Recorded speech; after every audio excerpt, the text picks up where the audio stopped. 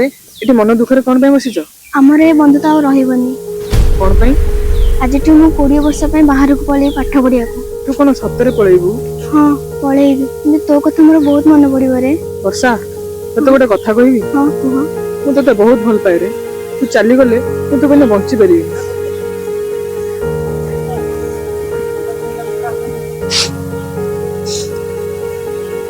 ତୁ ତ ବାହାରକୁ ଚାଲିଯିବୁ, ମତେ ଆଉ ଭୁଲି ଯିବୁନୁ ତ?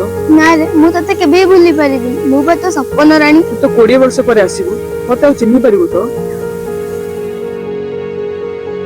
ଏ ପାଉଁଜିଟା ରଖିଥା। ଯେତିବେଳେ ମୋ କଥା ମନେ ପଡିବ ଏ ପାଉଁଜିକି ଦେଖି ନବ। ଠିକ 20 ବର୍ଷ ପରେ ଏଇ ବରୁଣେଇ ମେଳାରେ ଆମେ ଦେଖାହବା।